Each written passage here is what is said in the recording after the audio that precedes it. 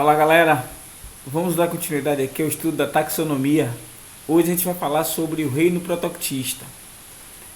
Vamos lembrar que semana passada nós tratamos de estudar o reino monera, seres procariotos. E a partir de agora a gente começa a estudar os seres eucariotos. Bom, o que é que esse reino ele traz, né, de interessante? Vai exatamente abordar aqueles seres que apresentam uma diversidade de origem evolutiva muito grande, tá? Mas não conseguem se inserir nem no reino fungi, nem no reino planta, nem no reino animal. Então a gente vai tratar aqui dos protozoários e das algas, tá? Então a gente vai iniciar exatamente falando sobre os protozoários, tá? E o termo protozoário vem do latim protozoo, proto, primitivo, zoo, animal. Então é como se fosse um animal primitivo. Bom, eu não gosto muito de fazer essa comparação porque quando a gente fala em animal, a gente fala em organismo multicelular. Os protozoários eles são formados por uma única célula, tá? Mas eu posso dizer que eles são os precursores, porque as suas células, ou a sua célula, tem uma estrutura muito parecida com a célula animal. E aí, a característica principal desse protozoário, além de ser um ser eucarioto, é que são formados por uma única célula e são heterótrofos. Então, eles não têm a capacidade de sintetizar o seu próprio alimento. E aí existem protozoários de vida livre, vivem na água, né, principalmente água doce, ou então podem viver no interior de outros organismos parasitando, ou seja, roubando nutrientes. Pois bem, é importante também chamar a atenção de vocês que os protozoários, principalmente os de água doce, eles precisam se regular osmoticamente em relação ao meio. Deixa eu explicar. Bom, se a gente comparar o interior da célula desses animais com o ambiente aquático onde eles vivem, a água doce é um ambiente hipotônico, ou seja, a concentração de sais é muito baixa, tem muito mais água do que soluto. Quando a gente compara então o interior das células desse animal com o ambiente onde eles vivem, vai existir uma diferença, tá, de concentração, ou seja, o interior da célula desses seres apresentará uma concentração de sais muito maior do que o ambiente externo. Então, qual é a tendência por osmose? A água se deslocar para o interior dessas células. E a gente sabe que, por ser uma célula de estrutura animal, a célula de protozoário ela não vai ter parede celular. Então, se houver entrada de água em excesso, pode haver rompimento dessa célula e o protozoário com certeza não vai conseguir sobreviver. O que a natureza então fez? Fez, na verdade, com que existisse no interior, ou com que exista no interior dessas células, estruturas chamadas de vacúolos pulsáteis ou contráteis.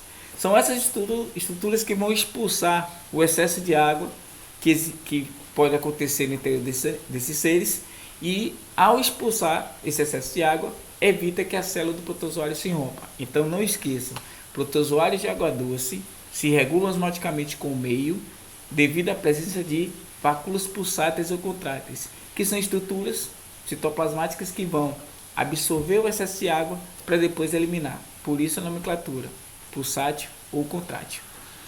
Bom, então esses protozoários, eles vão ter uma relação íntima, tá, com o ser humano. Primeiro porque eles servem como modelo de estudo em laboratório, uma vez que as células deles são muito parecidas com as dos animais.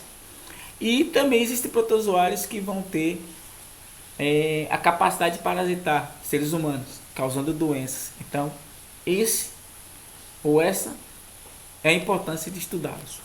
Então, a gente percebe que os protozoários eles podem ser classificados, basicamente, tá, em 4 classes.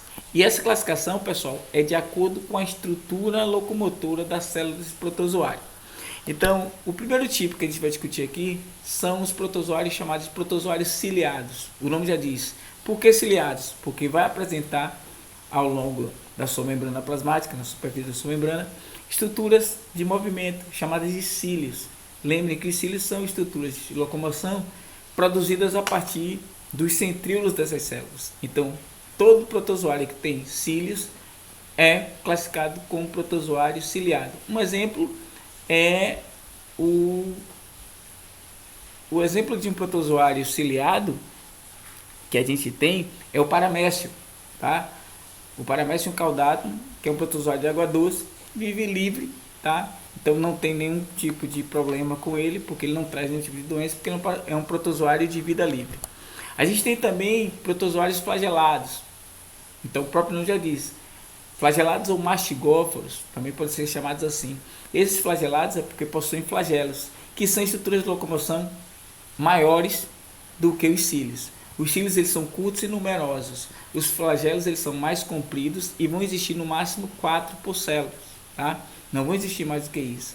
A gente percebe alguns exemplos. Temos o Trypanosoma cruzi, causador do mal de Chagas, é um protozoário parasita, tá? Temos a Giardia lamblia, que é causador da giardíase, que é uma outra protozoose também humana, tá? Nós temos o Trichonoma vaginalis, que é um outro protozoário parasita, causador da tricomoníase. Então, uma série de protozoários flagelados são parasitas.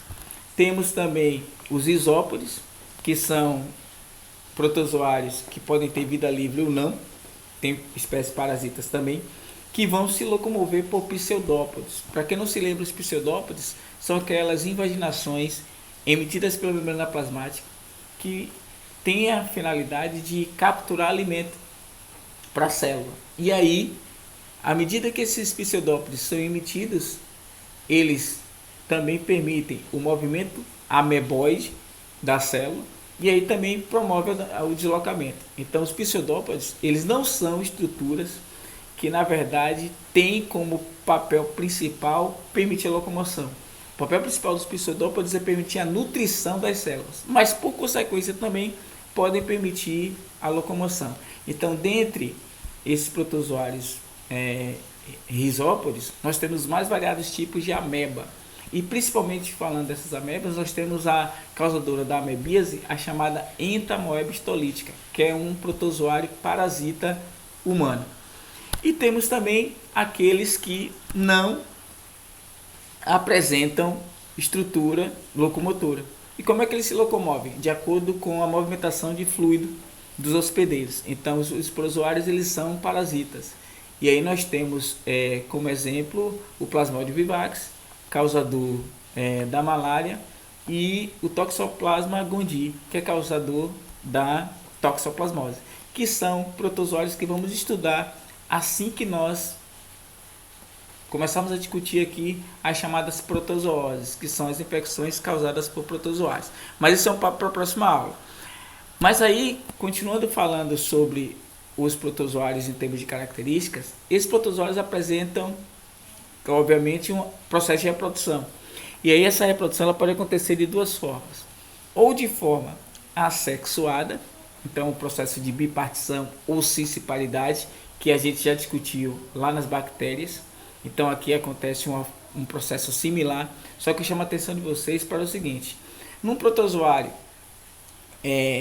para sofrer bipartição, o citoplasma dele ele vai sofrendo uma divisão. Mas lembre-se que esses seres, por serem eucariotos, o núcleo ele apresenta uma membrana, que é a membrana nuclear. Então vai ser um processo um pouco mais demorado do que o que acontece lá com as bactérias, por conta disso.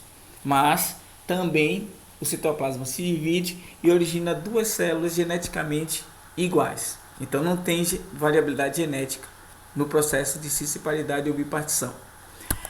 Mas também pode ocorrer um outro processo, que é a conjugação, onde na verdade vai acontecer a união de dois protozoários distintos, obviamente, vão se estabelecer entre eles uma ponte citoplasmática e eles vão trocar o material genético através de estruturas chamadas de micronúcleos. Porque é o seguinte, existe o macronúcleo, que nesse caso vai ser responsável pelo controle metabólico, e os micronúcleos serão responsáveis pela reprodução.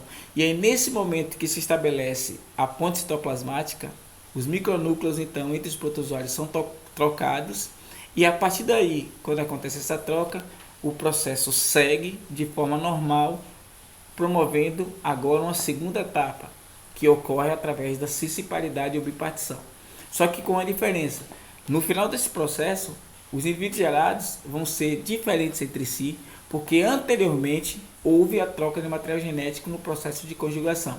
Então os protozoários eles podem se reproduzir ou por bipartição ou por conjugação.